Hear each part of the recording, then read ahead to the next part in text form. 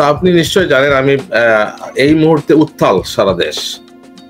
রোববার থেকে অসহযোগ আন্দোলনের ডাক দেওয়া হচ্ছে এবং এই আন্দোলন শুধু কোটা আন্দোলন নয়, এখন এই আন্দোলনটি এক দফার আন্দোলনে পরিণত হয়েছে। শেখ হাসিনার 14 বছরের দুঃশাসন, অপশাসন, কর্তৃত্ববাদী শাসন ব্যবস্থার বিরুদ্ধে এক দফার দাবি শেখ হাসিনার সরকারের পদত্যাগ। 2014 সালে একতরফা নির্বাচন, 2018 দিনের পর রাতে নির্বাচন, বিডিআর এর ইনসিডেন্ট, 57 জন সেনা কর্মকর্তাকে হত্যা এবং শেখ হাসিনা পরিকল্পিতভাবে 4টা গণহত্যা করেছে। একটি হচ্ছে আপনার হয়তো খেয়াল আছে দেলোয়ার হোসেন সাইদি মামলার রায়ের পরে কিন্তু একটা গণহত্যা করেছিল, সেখানে প্রায় 1-1.5 লোককে উনি হত্যা করেছিলেন। এরপরে আপনি দেখেন 2013-তে শাপলা চত্বরে এবং 15 সালে উনি যখন একতরফা নির্বাচন করলেন এবং 4র্থ হত্যাকাণ্ডটা বা জেনোসাইডটা এখন ঘটালো। এই কারণে হয়তো উনি আরো 1-2 বছর কন্টিনিউ করতেন, যদি কিনা এই যে উনি রাজাকার বা ওনার এই সমস্ত বিভিন্ন টাইপের মন্তব্য করাতে এই আউটবাসটা কিন্তু চলে এসেছে। তার মানে ডিমোরালাইজিং স্টেজটা 6 মাসের ভিতর ঘটনাটা ঘটে গিয়েছে, বাট উনি এটা হয়তো আরো 1-2 বছর কন্টিনিউ করতে পারতেন, বাট এটা ঘটতো। এখন আউটবার্স স্টেজে চলে এসেছে। এখন আউটবার্স স্টেজে মানে যুদ্ধ, আইদার শেখ হাসিনা কন্টিনিউ করবে অথবা শেখ হাসিনা পরাজিত হবে। শেখ হাসিনা যদি কন্টিনিউ করে তাহলে যে কোনো ফর্মে হত্যা, দমন, নিপীড়ন, খুন, গুম এবং দরকার হলে 500 হত্যাকাণ্ড হয়েছে, আরো 1000 বা 2000 লোককে উনি হত্যাকাণ্ড করবেন। পরে উনি ক্ষমতা কন্টিনিউ করে একটা স্বাভাবিক অবস্থা আনার চেষ্টা করবেন, অথবা উনি ক্ষমতাচ্যুত হবেন। তো এখন যেহেতু এটা আউটবার্স হয়ে গিয়েছে, এখন আমি যেটা দেখছি বা আপনি যেটা বলছেন, এটা শেখ হাসিনার মানে ক্ষমতাচ্যুতি বা শেখ হাসিনার পতন, এটা সময়ের ব্যাপার। কারণ একজন স্বৈর শাসক কবে ক্ষমতাচ্যুত হবে এটা আসলে দিনক্ষণ দিয়ে বলাটা খুব ডিফিকাল্ট। আপনি হয়তো কখন ঘুম থেকে উঠে শুনলেন যে শেখ হাসিনা পালিয়ে গেছে, অথবা শেখ হাসিনা পদত্যাগ করেছে, অথবা শেখ হাসিনার যে কোনো ফর্মে পতন হয়েছে, শেখ হাসিনাকে পাওয়া যাচ্ছে না। যেমন আপনি 1945-এ হিটলার কিভাবে মারা গিয়েছে এটা কিন্তু কেউই জানে না, বা তার ডেড বডিও এখনো পর্যন্ত আইডেন্টিফাইড হয় নাই। এখন যে আমাকে যে প্রশ্নটা করলেন যে বিভিন্ন সোশ্যাল মিডিয়া থেকে যে খবর পাওয়া যাচ্ছে, আমাকেও পুলিশ এবং সেনাবাহিনীর সদস্যরা অনেকে ফোন করছে যে স্যার আমরা তো খুব সমস্যার ভিতরে আছি। বলে কি সমস্যা? বলে স্যার আমাদের তো বাসা ভাড়া আমরা যেখানে নিয়েছি, আমাদের তো বাড়িওয়ালা তো আমাদেরকে বাসা ছেড়ে দিতে বলছে, এবং তারা বলছে যে এই police, BGB, rapid action battalion, সেনাবাহিনী যেহেতু খুনি এবং আপনাদের মাধ্যমে 500 ছাত্র জনতাকে হত্যা করেছেন এবং 2000 ছাত্র জনতা পঙ্গুত্ব বরণ করেছে অথবা পঙ্গুত্ব বরণ করতে যাচ্ছে, তো আমরা কোনোভাবে আপনাকে বাসা ভাড়া দিব না। এবং এই প্রকট সমস্যা হচ্ছে পুলিশের বেশি, এবং পুলিশের আবার ফ্যামিলি নিয়ে 100% থাকতে পারে, 100%। কারণ পুলিশ তার কর্মস্থলে 100% নিয়ে রাখতে পারে, কিন্তু পুলিশের অ্যাকোমোডেশন ফ্যাসিলিটি আছে সর্বোচ্চ 20%। মানে পুলিশ কম্পাউন্ডে থাকতে পারে 20%, তাহলে বাকি 80% তাদের কিন্তু কোনো না কোনো ফর্মে কিন্তু ভাড়া বাসায় থাকতে হয়। এটা শুধুমাত্র পুলিশের কনস্টেবল লেভেলে না, অফিসার লেভেলও একই অবস্থা। তাহলে এই যে বাকি 80% এদেরকে যদি ভাড়া না দেওয়া হয় বা তাদেরকে যদি বাসা ছেড়ে দিতে বলা হয়, তাহলে আমি তো মনে করি এটা সামাজিক একটা সমস্যা। এখন এই সামাজিক সমস্যা পুলিশের ইন্সপেক্টর জেনারেল অফ পুলিশ সে যেভাবে হুঙ্কার দিচ্ছে, আমাদের সেনাপ্রধান যেভাবে হুঙ্কার দিচ্ছে, র্যাবের ডিজি যেভাবে হুঙ্কার দিচ্ছে, বিডিআর ডিজি যেভাবে হুঙ্কার দিচ্ছে, তাহলে এই যে যাদেরকে হত্যাকাণ্ড করা হচ্ছে, আলাউ খন্দকার, আপনি আপনার ছেলে যদি হত্যাকাণ্ডের শিকার না হয়, তাহলে যার ছেলে হত্যাকাণ্ডের শিকার হচ্ছে তার কষ্টটা কিন্তু আপনি বুঝবেন না।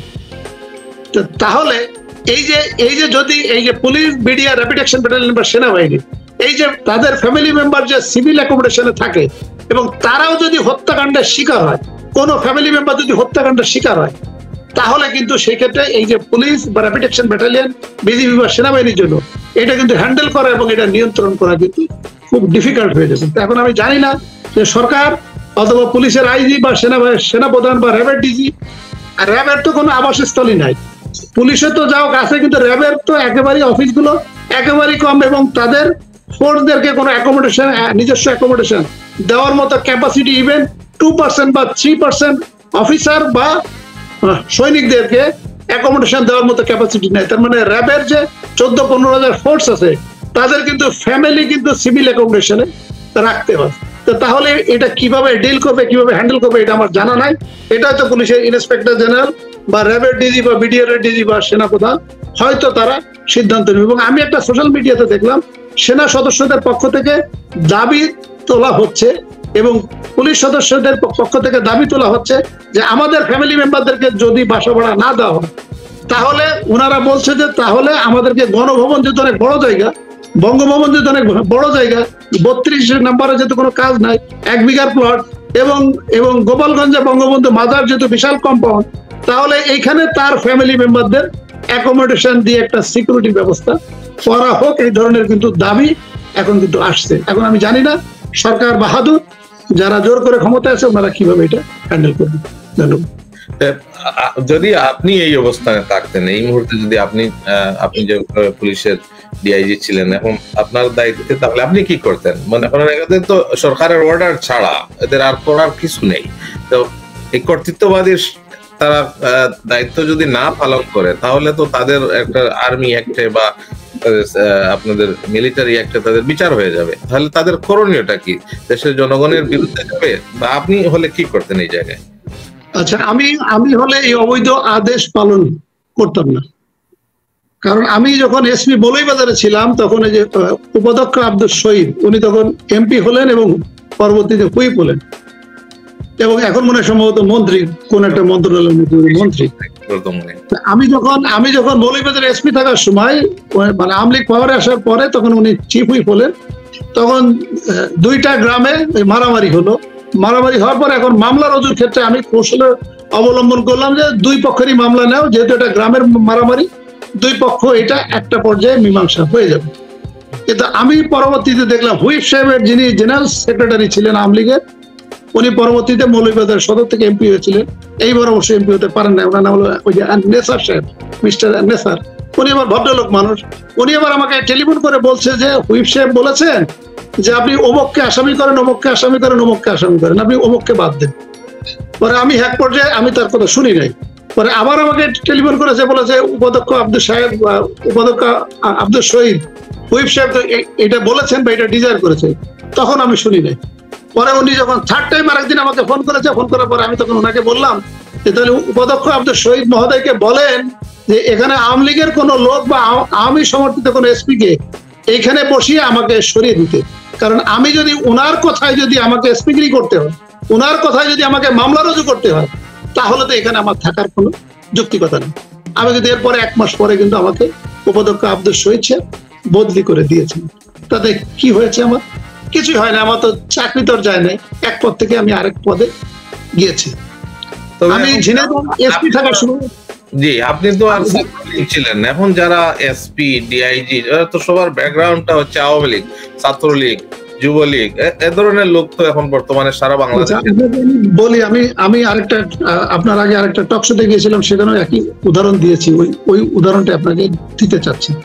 এখন যারা পুলিশ, র্যাপিড অ্যাকশন ব্যাটালিয়ন বা বিজিবি বা সেনাবাহিনীতে যারা আছে, এটা ওনাদেরকে কিন্তু সিদ্ধান্ত নিতে হবে হোয়াট দে উইল ডু।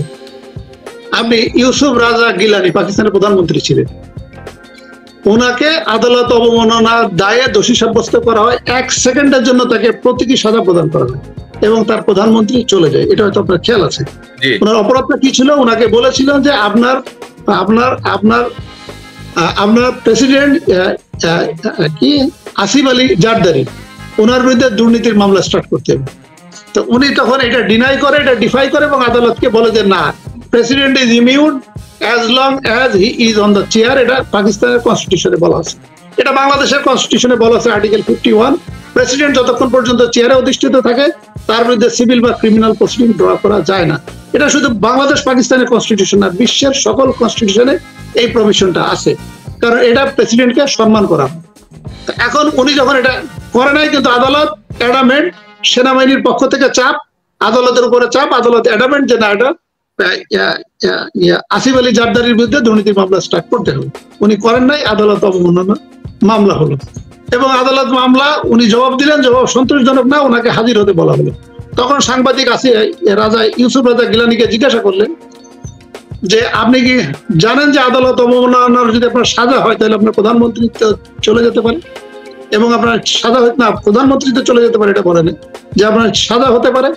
তখন উনি মুস্কি হাসি দিয়ে বলেছিলেন যে আপনি যদি আমি আদালত অবমাননা করি তাহলে আমার সর্বোচ্চ সাজা হলো 6 মাসের কারাদণ্ড।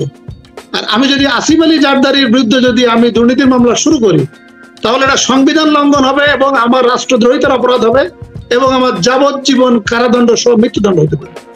তাহলে আপনি আমার জায়গায় থাকলে কি করতেন? মানে আমার দুইটাতেই অপরাধ। আদালত অবমাননা করলে সাজা হবে 6 মাস, আবার আসিফ আলী জারদারির বিরুদ্ধে আমার দুর্নীতির মামলা শুরু করলে আমার সাজা হবে যাবজ্জীবন কারাদণ্ড বা মৃত্যুদণ্ড। তাহলে আমার সাজা যেটাতে কম হবে সেটা আমাকে মেনে নিতে হবে।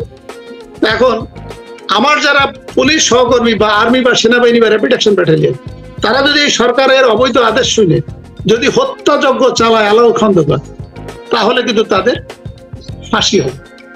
কারণ ইতোমধ্যে প্রতিমন্ত্রী পলক গতকালকে পত্রিকায় দেখলাম প্রথম আলোতে, উনি বলেছেন যে পুলিশ, র্যাব, বিজিবি, সেনাবাহিনী তাদেরকে শুটের সাইড বা দেখা মাত্র গুলি আদেশ তিনারা নাকি প্রদান করেন নাই।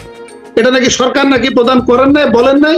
এখন বলেছে যে যারা এই গুলি করেছে এটা তাদের বিরুদ্ধে ব্যবস্থা গ্রহণ করা হবে। মানে এখনই কিন্তু সরকারের পক্ষ থেকে ডিনাই করা হচ্ছে।